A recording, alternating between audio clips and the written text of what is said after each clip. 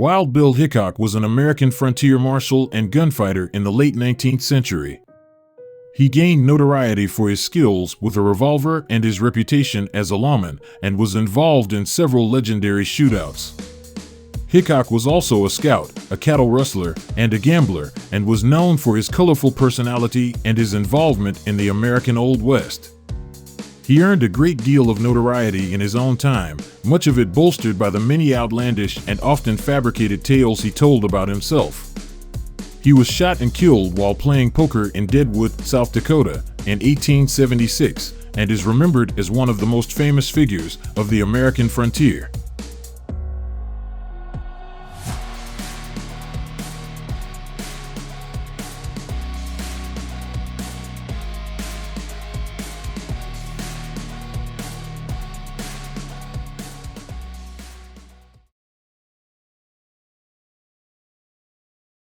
James Butler Hickok was born on May 27, 1837, in Homer, Illinois, which is now known as Troy Grove, Illinois, to parents William Alonzo Hickok and Polly Butler. His father, William, was a farmer and abolitionist, and James was the fourth of 6 children. His father was said to have used the family home, which has since been demolished, as an Underground Railroad station. When James was 15, William Hickok passed away. At the age of 18, James Hickok fled Illinois after a fight with Charles Hudson in which both fell into a canal. Each mistakenly believed he had killed the other.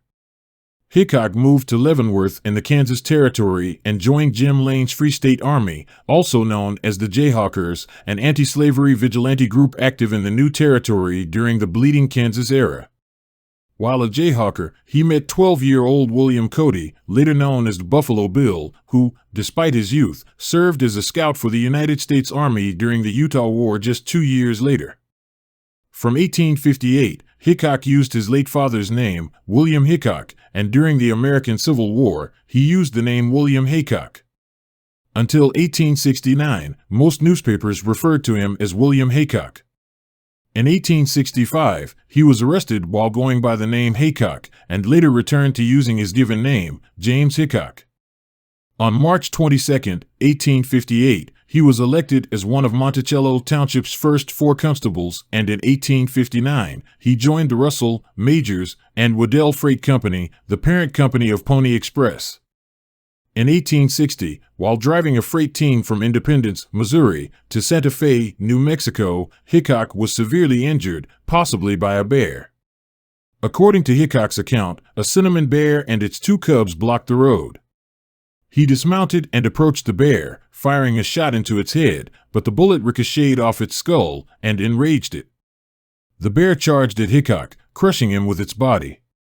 Hickok fired another shot, injuring the bear's paw.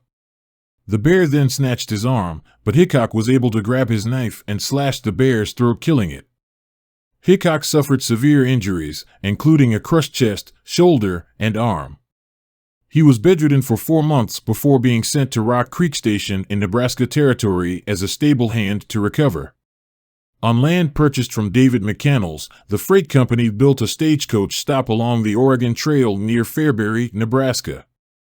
The freight company quickly fell behind on payments, and on July 12, 1861, McCannell's arrived at the station with his 12-year-old son, his cousin James Woods, and another employee, James Gordon, demanding to see Horace Wellman to collect a long-overdue payment. There are several versions of what happened next, but all 3 men would end up dead, and the boy escaping. McCannell's allegedly threatened Wellman, and McCannell's was killed by either Wellman or Hickok, who was hiding behind a curtain. Hickok, Wellman, and another employee, J.W. Brink, were charged with murder but were found to have acted in self-defense. Before 1861, Hickok was known among Jayhawkers as Shanghai Bill because of his height and slim build. He grew a mustache following the McCannell's incident, and in 1861 began calling himself Wild Bill. Following the outbreak of the Civil War in April 1861, Hickok worked as a teamster for the Union Army in Sedalia, Missouri. He was a wagon master by the end of 1861, but he was discharged in September 1862 for unknown reasons. He then joined General James Henry Lane's Kansas Brigade. While serving with the brigade, saw his friend Buffalo Bill Cody, who was serving as a scout. Hickok, who had not been paid for some time, and was hired by General John Sanborn as a scout in early 1865, mustered out in June and went to Springfield, where he went on a gambling spree. Davis, Tutt, and Hickok, both gamblers, had been friends at one point despite being on opposing sides of the Civil War. The eventual disagreement between Hickok and Tutt was reportedly over women. According to reports, Hickok fathered an illegitimate child with Tutt's sister, while Tutt was seen paying close attention to Wild Bill's paramour, Susanna Moore. When Hickok allegedly began refusing to play in any card game that included Tutt, the cowboy allegedly retaliated by openly supporting other local card players with advice and money in an effort to bankrupt Hickok. Hickok was playing against several other local gamblers in Springfield, while Davis Tutt stood nearby, lending money as needed and encouraging and coaching players on how to beat Hickok. The stakes were high, and Hickok had done well, winning about $200 of what was essentially Tutt's money. Tutt, frustrated by his losses and unwilling to accept defeat, reminded Hickok of a $40 debt from a previous horse trade. Hickok shrugged and paid the sum, but Tutt was unappeased. He then claimed that Hickok owed him an additional $35 from a past poker game. Tutt grabbed one of Hickok's most prized possessions off the table, his Waltham repeater gold pocket watch, and announced that he would keep the watch as collateral until Hickok paid the full $35. Hickok was shocked and enraged, but he was unwilling to resort to violence at the time because he was outnumbered and outgunned. He demanded quietly that Tutt return the watch to the table. Tutt reportedly only responded with an ugly grin before leaving with the watch. This would make Hickok out as an insolvent gambler trying to avoid his debts, and would have ruined Hickok's career as a gambler in Springfield, which was reportedly his only source of income. Furthermore, groups of Tutt's friends reportedly continued to mock Hickok, baiting him with talk of the pocket watch to see if he would draw his gun in anger so that he could be shot down by the whole group. Hickok endured several days of this, and Tutt's supporters mocked him and announced that they had heard Tutt was planning to wear the watch in the middle of the town square the next day. Hickok allegedly said, "He shouldn't come across that square unless dead men can walk." The next day, at a few minutes before 6 p.m., Hickok was seen calmly approaching the square from the south, his Colt Navy in hand, and Tutt alone in the northwestern corner of the square. Both men paused briefly in the dueling position, facing each other sideways. Tutt then pulled out his pistol and Hickok drew his gun and rested it against his opposing forearm. According to reports, the two men fired a single shot at roughly the same time. Tutt was hit in the left side between the 5th and 7th ribs by Hickok's bullet. Tutt yelled, "Boys, I'm killed," and dashed onto the porch of the local courthouse before collapsing and dying on the street. Hickok was arrested 2 days later for murder, and the charge was later reduced to manslaughter. On August 3, 1865, he was released on $2,000 bail and went to trial. At the conclusion of the trial, Judge Sempronius Boyd told the jury that they could not find Hickok acted in self-defense if he could have reasonably avoided the fight. However, if they believed the threat of danger was real and imminent, he instructed them to use the unwritten law of the fair fight and acquit. The jury voted to acquit Hickok, resulting in public outrage and criticism of the verdict.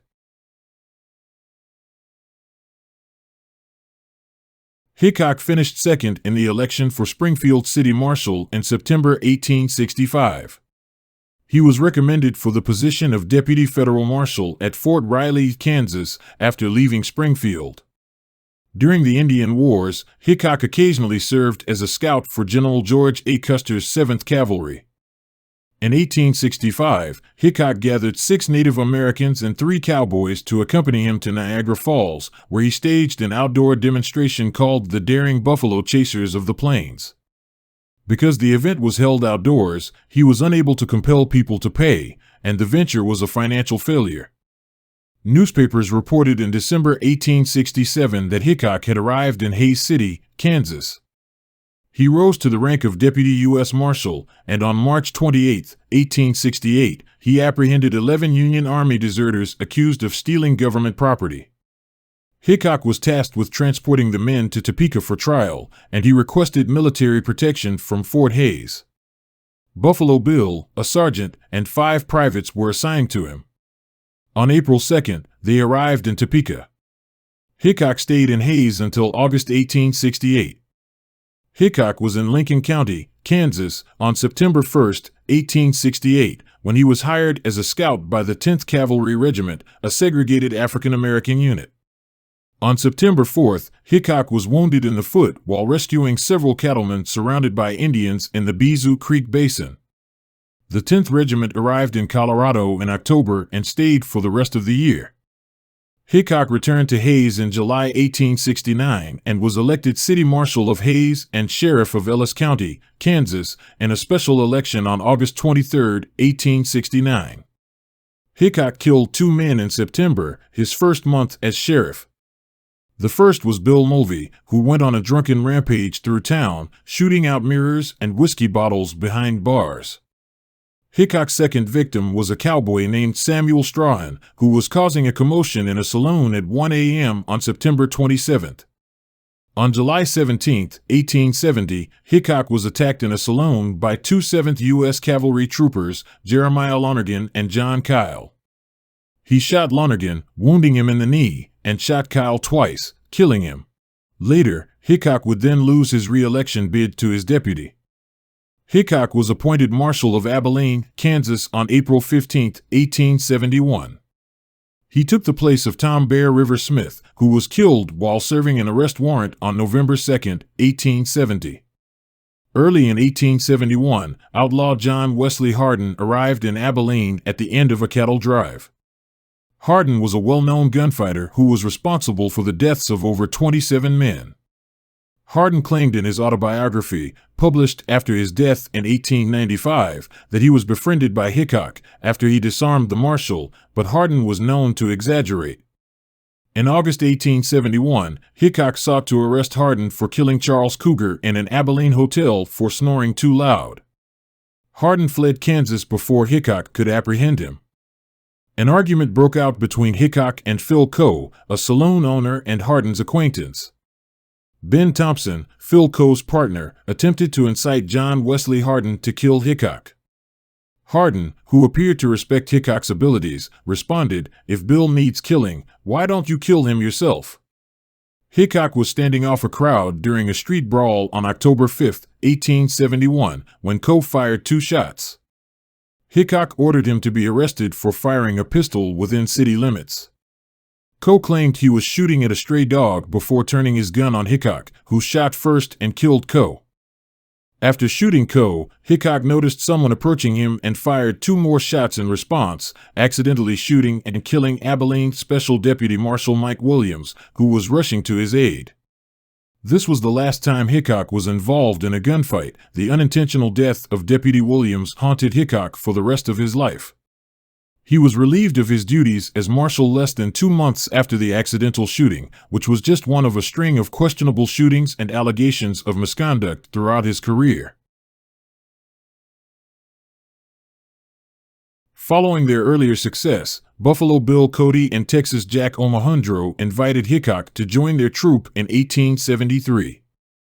Hickok disliked acting and frequently hid behind scenery. In one show, he shot the spotlight when it was focused on him. After a few months, he was released from the group. Hickok was diagnosed with glaucoma and ophthalmia by a doctor in 1876. Despite being only 39 years old, his marksmanship and health appeared to be deteriorating, and he had been arrested several times for vagrancy.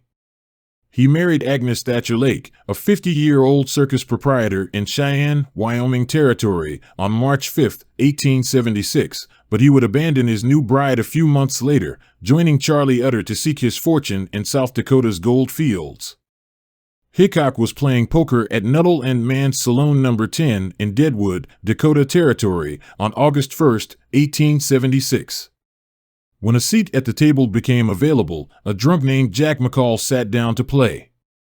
McCall suffered a heavy loss, and Hickok encouraged McCall to stop playing until he could cover his losses and offered to pay for his breakfast. Despite accepting the money, McCall was apparently insulted. Hickok was back at the poker table the next day. He usually sat with his back to a wall so he could see the entrance, but when he joined the game, the only seat available was one facing away from the door. McCall then walked up behind Hickok in the saloon, drew his Colt Model 1873 single-action Army .45 caliber revolver, and yelled, "Damn you, take that," before shooting Hickok in the back of the head at point-blank range.